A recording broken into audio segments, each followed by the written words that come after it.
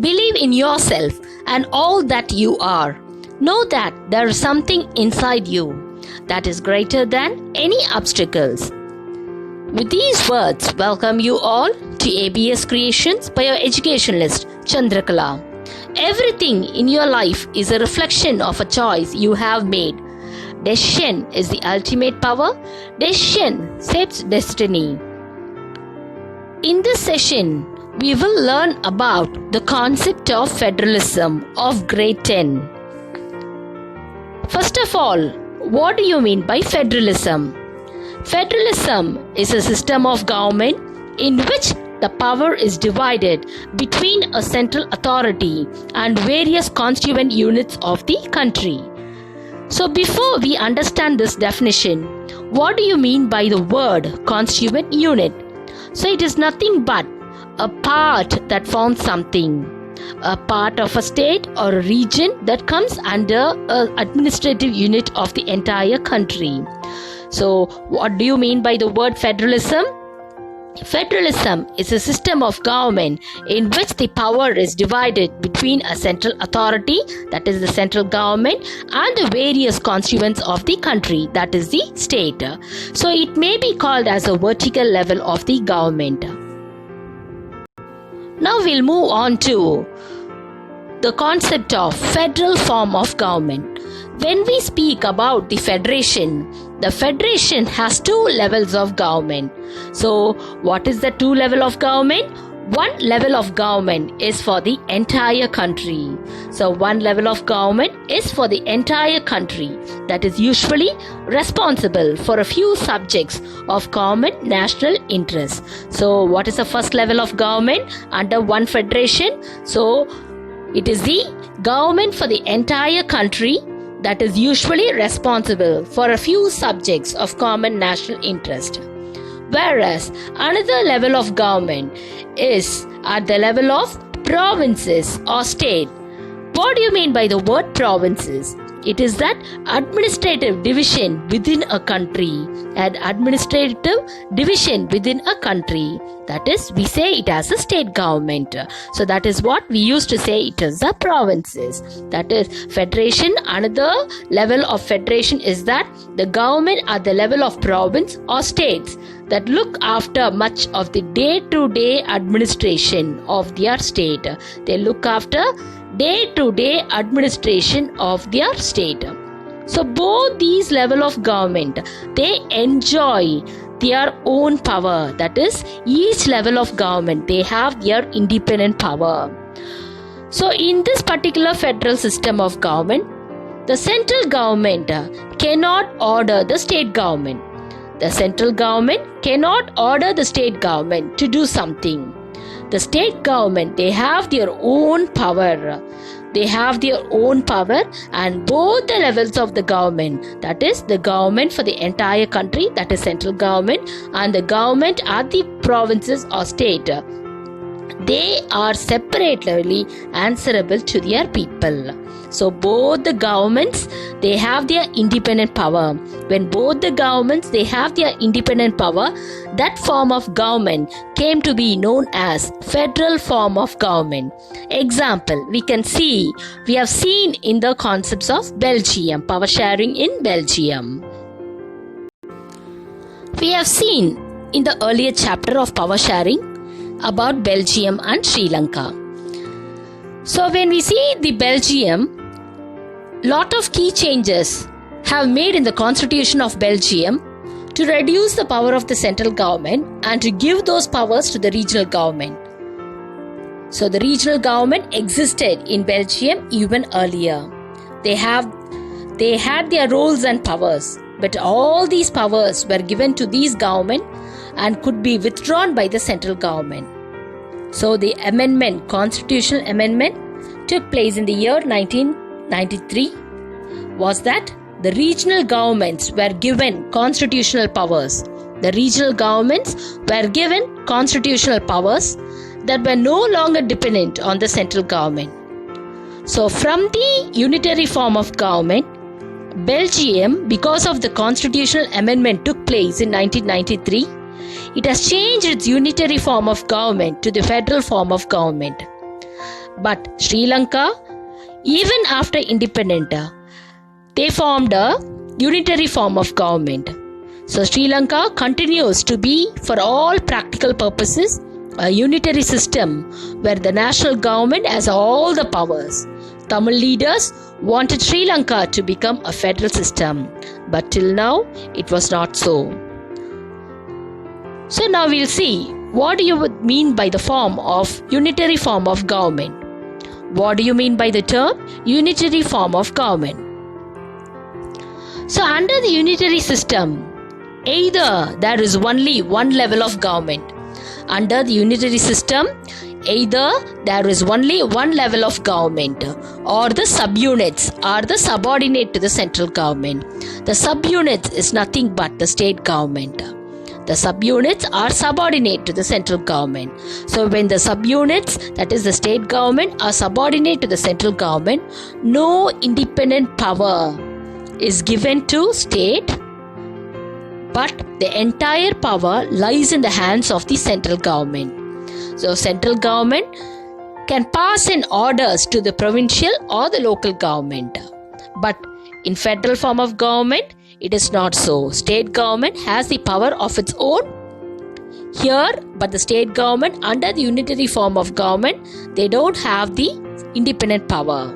So here in this unitary form of government, only the central government is answerable to the people.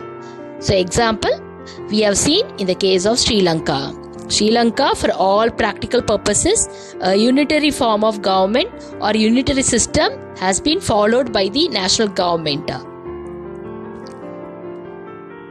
This is what a difference between the federal form of government and the unitary form of government. Now we'll move on to the major key features of federalism. Major key features of federalism, that is the principles of federalism. So there are 7 key features of federalism. The first and the foremost important thing is there are 2 or more tiers of government. So tiers is nothing but levels of government. There are 2 or more levels of government. So we have seen the principle, the first major principle is that one government for the entire country, that is central authority, and the another level is at the various constituent units. That is what we say it as levels or tiers of government. There are 2 or more levels of government. So for example, India has a central government as well as a state government. So the power from the central government is shared to the state government. So there are 2 or more levels of government, that is tiers of government. So each level of government, that is different tiers of government, that is central government and the state government, they govern their same citizen. But each tier, they have their own jurisdiction. So what is jurisdiction? A legal power or authority. So they have their own jurisdiction. That is both the levels of the government, that is the central authority as well as the state authority. They have their own jurisdiction in the specific matters. In the specific matters of what? Legislation, that is the lawmaking body, taxation as well as the administrative powers. So the 2 major levels of government, that is one at central authority and another at the state authority, they have their own jurisdiction on specific matters like legislation, taxation and administration, but they govern the same citizen. The next feature is the jurisdictions. So what I told you about jurisdiction, it is a legal power or authority. So the jurisdiction of the respective levels or the tiers of the government, they are specified in the constitution. So if it is not specified in the constitution, so the state government or the central government will not have the power to access the people. So the jurisdiction of each level of the government, it has to be specified in the constitution. So when it is specified in the constitution and it is constitutionally guaranteed only, they can have their powers to govern their citizen of their country or the state. So that is what each level of the government, they should be specified in the constitution, and the existence and the authority of each level of government should be constitutionally guaranteed. The next feature is that the fundamental provisions of the Constitution, whatever the rights or the law which has been prepared in the Constitution, it cannot be changed by one level of government. It cannot be changed by the one level of government. So no unilateral change can take place in the constitutional provinces. But the law can be changed by the consent of both the levels of the government. So, but the changes in the fundamental provinces of the Constitution can take place only with the consent of both the levels of the government. So, that is the major feature of federalism. The next key feature is about the courts. The courts, they have the power to interpret the Constitution. They have the power to interpret the Constitution and the powers of different levels of the government. So the court has the power to interpret the Constitution and the powers of the different levels of the government. So here there are different types of courts here, like High Court, Supreme Court, District Courts, and all other subordinate courts. But among all the courts, the highest court, they act as an umpire if dispute arises between different levels of the government in the exercise of their respective power. So the highest court, that is the Supreme Court, acts as an umpire if dispute arises between different levels of government in the exercise of their respective powers. So courts, they have the power to interpret the Constitution and the powers of the different levels of the government. The next major feature is about the revenue. Sources of revenue for each level of government. For each level of government, it has been clearly specified. It has been clearly specified in the Constitution to ensure its financial autonomy. Source of revenue, that is income for each level of the government, are clearly specified in the Constitution to ensure its financial autonomy. And the most important feature of the federal system of government is the dual objectives of the federation. So what are the two major federal dual objectives of the federal system of government? Is that to safeguard and promote unity of the country. None other country among the world countries has such unity of government like India has. So we have to safeguard and promote the unity of the country, while at the same time we have to accommodate regional diversity. So what are the dual objectives of the federal system of government? It is to safeguard and promote unity of the country and to accommodate regional diversity. Therefore, two aspects are crucial for the institutions and practice of federalism. So government at different levels should agree to some rules of power sharing. They should also trust that each would abide by its part of the agreement. An ideal federal system has both aspects. What are the two aspects here? One is mutual trust and another one is agreement to live together. If there is mutual trust and agreement to live together, the unity of our country cannot be vanished. So, the 7 major features of federalism is that 2 or more levels of government, different tiers of government, they govern their same citizen, they have their own jurisdiction on specific matters like legislation, taxation and administration. So whatever the jurisdiction of each level of government, it should be guaranteed constitutionally. And whatever the fundamental provisions of the Constitution, they cannot be changed in a unilateral manner, but it can be changed by the consent of both the levels of the government.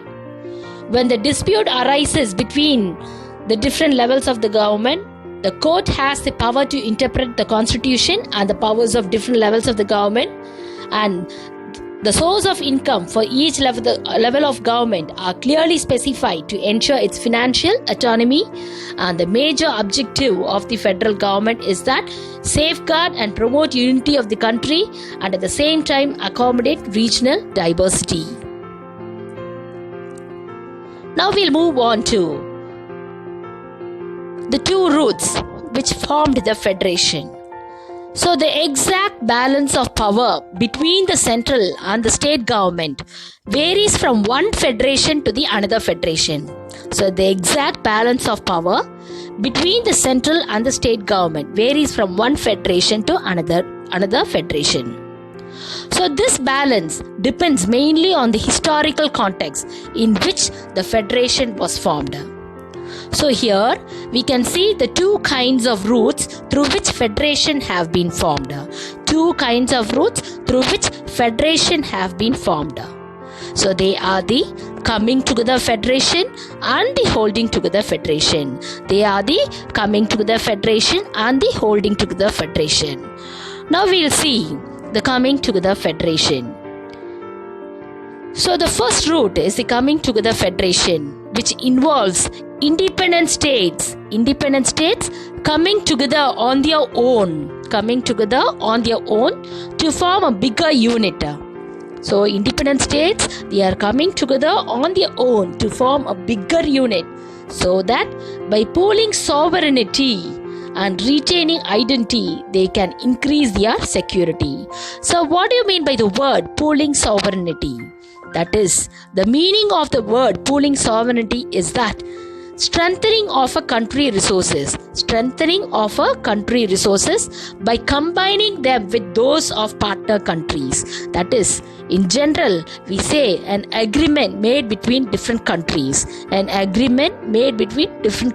to utilize the resources to form a bigger unit. So that is what pooling sovereignty. So the first route involves what? Independent states coming together on their own to form a bigger unit, so that by pooling sovereignty and retaining identity, they can increase their security. So this type of federation came to be known as coming together federation. So for example, the countries of USA, Switzerland, Australia come under this category. All the constituent states, usually they have equal power. So coming together federation is nothing but independent states coming together on their own to form a bigger unity by pooling sovereignty and retaining identity and increase their security. Example, United States of America, Switzerland and Australia, they come together to form a bigger unit.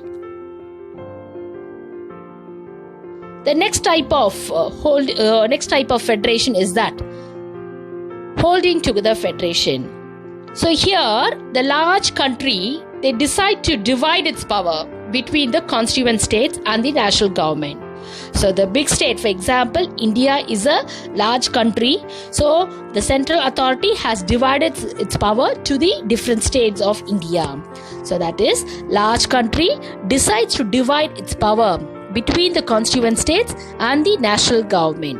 So for example, India, Spain and Belgium, they come together and they divide their power between the constituent states and the national government. So that is what we say it as a holding together federation. So in this second route of federation, the central government tends to be more powerful vis-a-vis the states. Very often, different constituent units of the federation have unequal powers. Some units are granted some special powers. Now we'll move on to the concept of what makes India a federal country. What makes an India a federal country? So I think, do you remember how our country has become an independent? So the Constitution, India, had emerged as an independent nation only after a painful and bloody partition. So soon after independence, several princely states became a part of the country. The Constitution declared India as a union of states. although it did not use the word federation, the Indian Union is based on the principles of federalism. So we say that India is a democratic country. We are not saying it as India as a federal form of government or a federal country, but we are using only the principles or the features of federalism. So I think you remember all the 7 principles or the features of federalism. So we apply all these features of federalism to the provinces of the Indian Constitution. So, India being a large country, previously we had only a 2-tier system of government, that is the union government. Now we call it as a central government representing the Union of India, and the state government for each state. So now a 3rd tier of federalism was added in the form of panchayats and municipalities. A 3rd tier of federalism was added in the form of panchayats and the municipalities. So as in any federation, you know that different tiers, they enjoy separate jurisdiction under different matters like taxation or legislation and administrative powers. So after adding the 3rd tier of federalism in the form of panchayats and municipalities, the constitution clearly provided a 3-fold distribution. The Constitution of India clearly provided a 3-fold distribution of legislative powers. 3-fold distribution of legislative powers between the union government and the state government. Between the union government and the state government, and thus it contains 3 lists. What are the 3 lists? One is the union list, one is the state list, and another one is the concurrent list.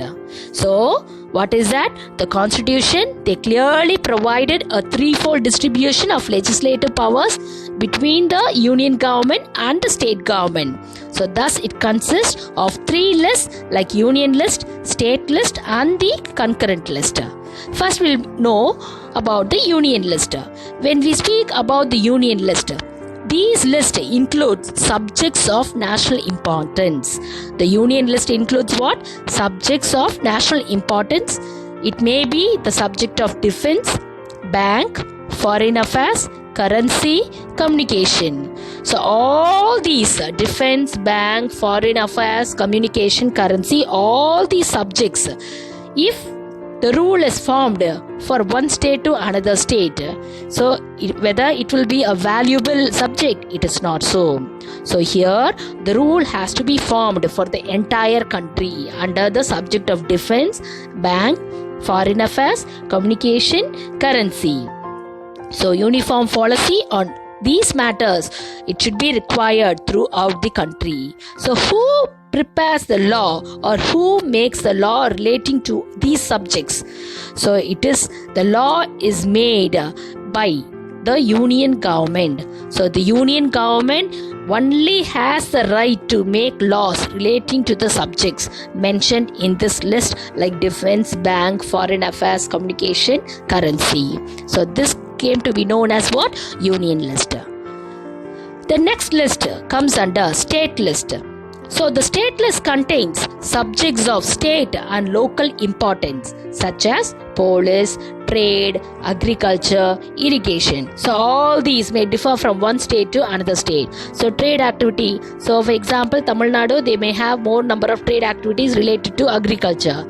So for example, Karnataka, they may have electronic items here. So this is what? Trade items here. So the trade differs from one state to the other state. Agriculture, one area may cultivate cotton, another state may cultivate chilies. So in such way, the agriculture also varies here. So one different type of irrigation is followed in different states here. The force of police may differ from one state to the another. So that is what the state list contains subjects of state and local importance such as police, trade, commerce, agriculture, irrigation. Here, who makes the law for all these subjects means it is only carried out by the state government. So the law is made, the policy is formed only by the state government. The next third list is the concurrent list. The third list is what? Concurrent list. This list includes subjects of common interest to both the union government as well as the state government. So what does the subject includes here? The subjects of common interest to both the union government as well as the state government, such as education, forest, trade unions, marriage, adoption, succession. So here, who makes the law means the law is prepared both the union as well as the state government. They can make the laws if their laws conflict with each other. That is, if the state government law is not accepted by the union government and the union government law, if it is not accepted by the state government, so what happened? The law made by the union government will prevail.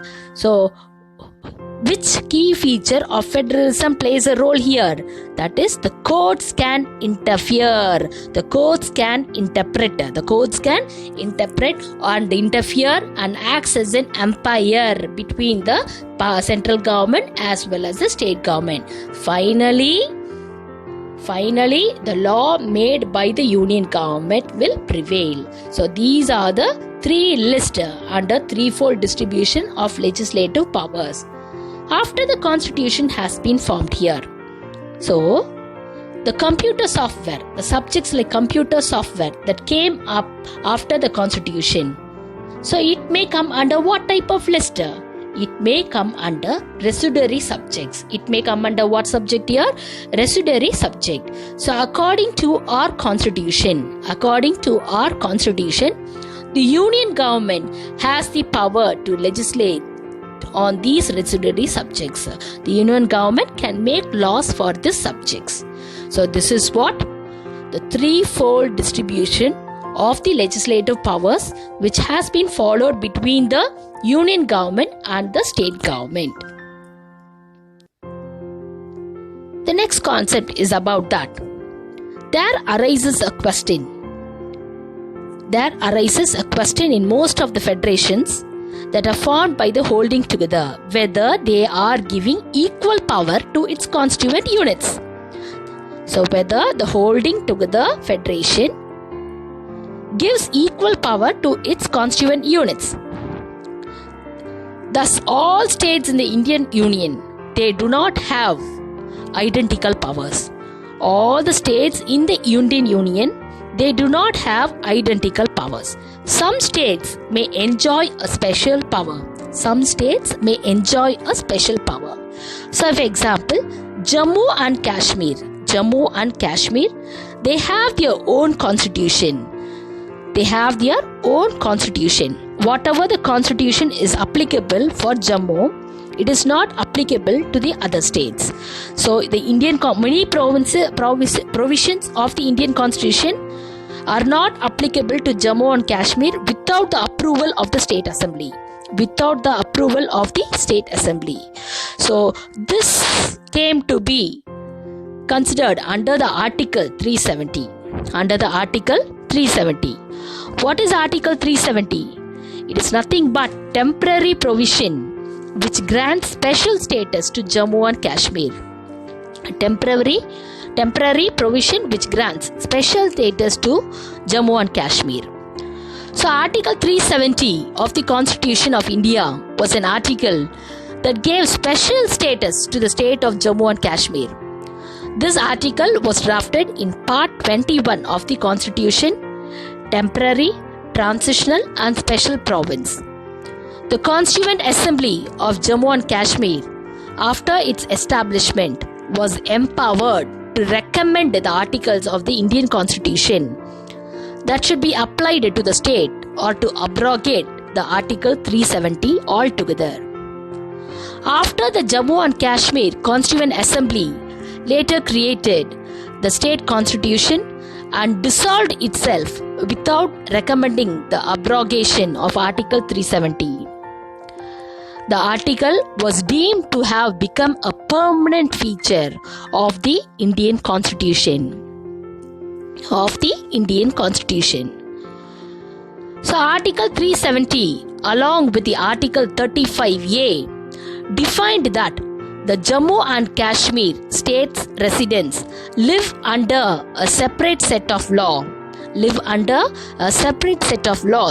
including those related to citizenship, ownership of property, and fundamental rights as compared to residents of other Indian states.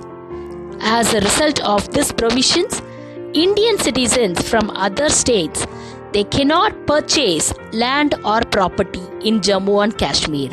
They cannot purchase land or property in Jammu and Kashmir.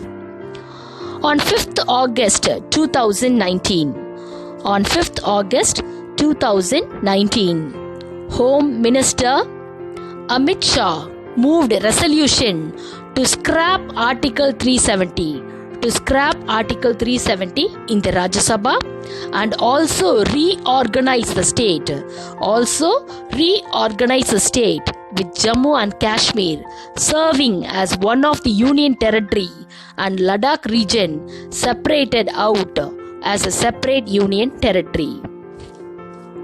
So in such cases, the special power which was given to Jammu and Kashmir under the Article 370 has been scrapped in the month of 5th August 2019, and Jammu and Kashmir has turned into a union territory, and the Ladakh region has separated from Jammu and Kashmir and it has turned into a separate union territory.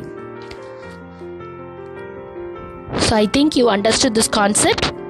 So now we will move on to the questions like understand the concept of this particular federalism and test yourself. What do you mean by federalism? Distinguish between federal form of government and unitary form of government. Explain the key features of federalism. Distinguish between coming together and holding together federation. Discuss the dual objectives of federalism. On what type of principles is the Indian Union based? Describe the threefold distribution of legislative powers between the union government and the state government. Holding together federation do not give equal power to its constituent units. Justify the statement. Judiciary plays an important role in Indian federation. Justify the statement. So in the next session, we will continue with the how is federalism practiced in India. If you like this video, you can share it, you can comment it, and you can subscribe it to receive the notification. Thank you.